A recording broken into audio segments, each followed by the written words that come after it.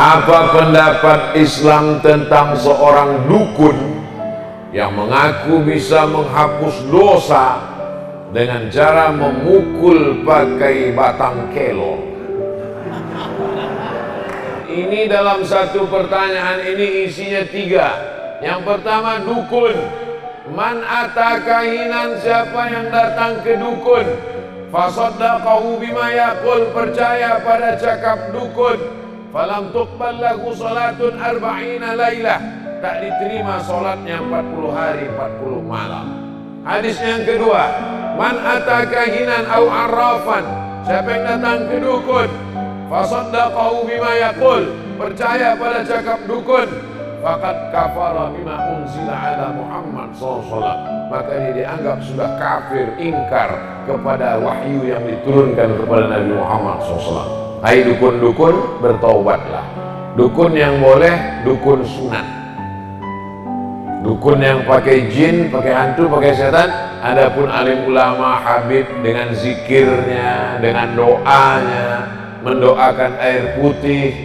Baik, riwayat Abdullah bin Abbas, boleh membacakan zikir-zikir dan doa, dibacakan kepada air, diminumkan untuk mengusir gangguan hantu setan, diminumkan untuk mudah melahirkan, baik. Tapi meminta kepada jin, tak boleh. Menghapus dosa, yang bisa menghapus dosa hanya Allah. Caranya, mandi taubat, sholat sunat taubat, beristighfar. Dukun tak bisa menghapus dosa. Memukulkan batang kelor, orang yang pakai susu mengeluarkan susuknya pakai daun kelor. Daunnya dimasukkan ke air, ditumbuk pakai batu giling, masukkan ke air, airnya diusap-usapkan ke badannya.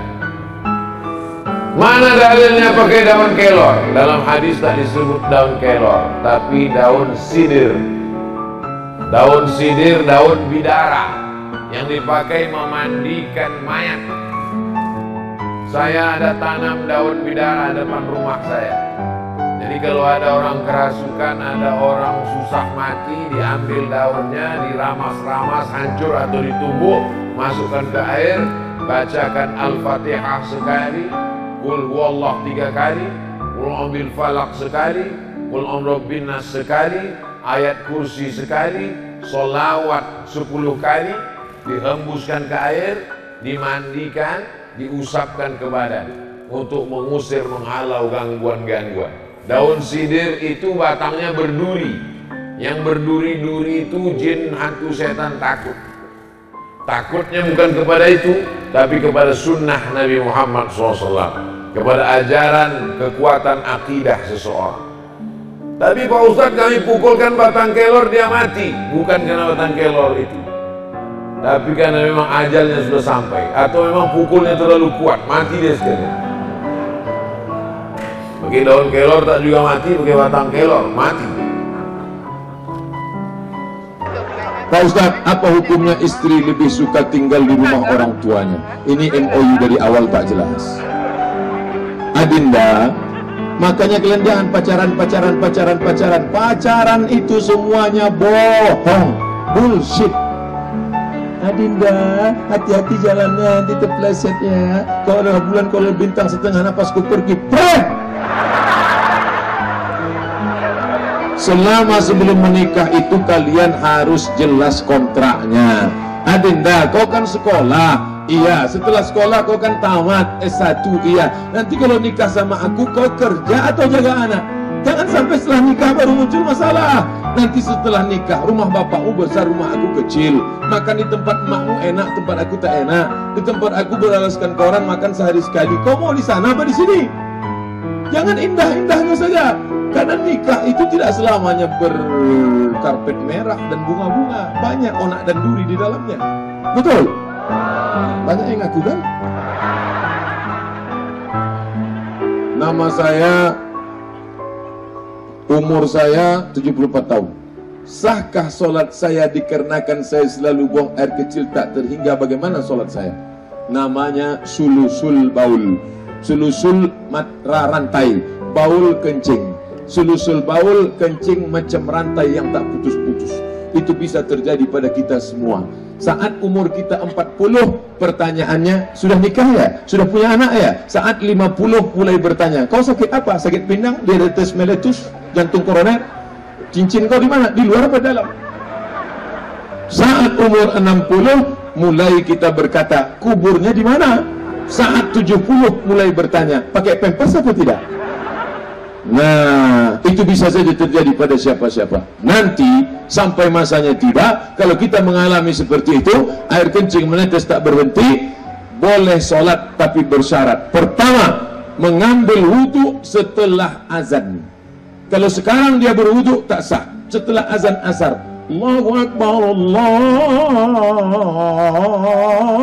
Akbar, pergilah ke kamar mandi, bersih-bersih, setelah itu pakai pampers baru, berwudu. Setelah berwudu langsung sholat. Kalau menetes saat sedang sholat, itu sholatnya tetap sah, darurat. Perempuan bisa mengalami itu, namanya istihadah. Batas normal haid 15 hari. Lewat 15 hari istihadah, menetes tak berhenti, sama macam orang sulusul baul. Setelah waktu masuk sholat, barulah dia bersih-bersih, pakai pembalut, barulah dia sholat. Menetes saat sholat, diampunkan Allah. Sholat berikutnya ulangi lagi macam yang tadi. Jelas? Memang kalau kena panas ini kadang tak jelas. Dehidrasi, kurang cairan. Apa hukum memegang Quran pakai terjemah tanpa air wudhu? Kalau terjemahnya lebih banyak, kalau tafsirnya lebih banyak dari Al-Qurannya, boleh. Tapi kalau Al-Qurannya lebih banyak, ada tafsir pendek-pendek per kata, tak boleh, karena ayatnya lebih banyak. Apa hukum orang haid mengajar baca Quran? Orang haid tak boleh megang Quran, tak boleh bawa Quran, tak boleh baca Quran, tapi boleh bagi dua orang. Yang pertama, yang hafal Quran mengulangi hafalannya, boleh, tapi hafalannya dalam hati. Makanya kalau ada nanti nampak perempuan diam aja, itu mengulangi hafalan itu, kalau dia hafal Quran. Tapi kalau tak hafal, diam aja, mana kita tahu entah kenapa dia.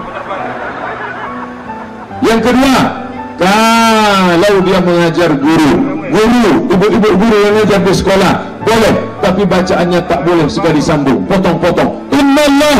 Innallaha la yastahi ayat riba, boleh. Ibu-ibu guru sedang halangan, silakan mengajar, tapi potong-potong. Apa hukumnya orang tua yang suka membeda-bedakan anak, lebih berpihak kepada anak laki-lakinya, padahal anak laki-lakinya selalu menipu orang tuanya? Ittaqullah, takutlah kamu kepada Allah. Wa'dilu baina auladikum, bersikap adillah kalian kepada anak-anak kalian. Walaupun kepada anak kandung, kalau tak adil akan mewarisi kecemburuan. Abangnya sekolahkan sampai S3, adiknya es cendol pun tak dapat. Saya mu'alaf, alhamdulillah banyak saudara kita mu'alaf di Jambi. Mudah-mudahan makin banyak yang dapat hidayah insyaallah. Tapi, buatkan mu'alaf center. Jangan orang setelah bersahadat kasih sarung pergi, bersahadat kasih sarung pergi. Memangnya cukup dengan sarung? Buatkan mu'alaf center. Center itu artinya pusat mu'alaf, bukan center cari durian tuh. Jadi siapa nama di mana, tempat di mana, sekarang kerja di mana, terus ada pertemuan berkala, buatkan mu'alaf center Jambi, insya Allah. Bagi seorang muslim belum bisa di akikah karena belum sanggup, apa boleh ketika sanggup kemudian dia akikah di hari tuanya? Boleh akikah setelah dewasa. Yang paling afdol 7 hari lahir. 7 hari gak ada uang, 14 hari. 14 hari gak ada juga, 21 hari. 21 gak ada juga. Gak usah tengok kalender lagi. Tahun, 2 tahun, 5 tahun, 4 tahun. Ibu, bapak yang sekarang umur 40 tahun belum akikah, pulang dari sini cari kambing. www.kambing.com. Beli kambing, nanti malam buat akikah. Tapi akikah saja, jangan minta air pakai marhaban. Akikah saja, rambutnya nggak perlu digundul lagi. Akikah saja, nama nggak perlu diganti, payah ganti paspor. Bolehkah akikah setelah dewasa? Boleh. Lihat dalil-dalilnya udah saya tuliskan. Nah ini sono, boleh akikah silakan. Bapak Ibu yang belum akikah, silakan akikah. Apa hukum akikah? Tidak wajib, sunnat muakkad. Kullu mauludin, setiap anak yang lahir murtahanun bi aqiqatihi, tergadai dengan akikahnya. Bagaimana cara menembus anak yang tergadai? Tuzbahu anhu yauma sabihi, sembelih kambing hari ke-7. Yuhlaku, cukur rambutnya. Wa yusama, kasih nama yang baik. Rambutnya di dalam tadi bercampur dengan darah najis kotor, bersihkan, gundulkan kepalanya. Kasih nama yang baik. Nama yang baik, nama yang bagaimana? Nama yang dinisbatkan kepada Allah. Abdullah, Abdurrahman, Abdurrahim, Abdul Somad, Abdul Latif.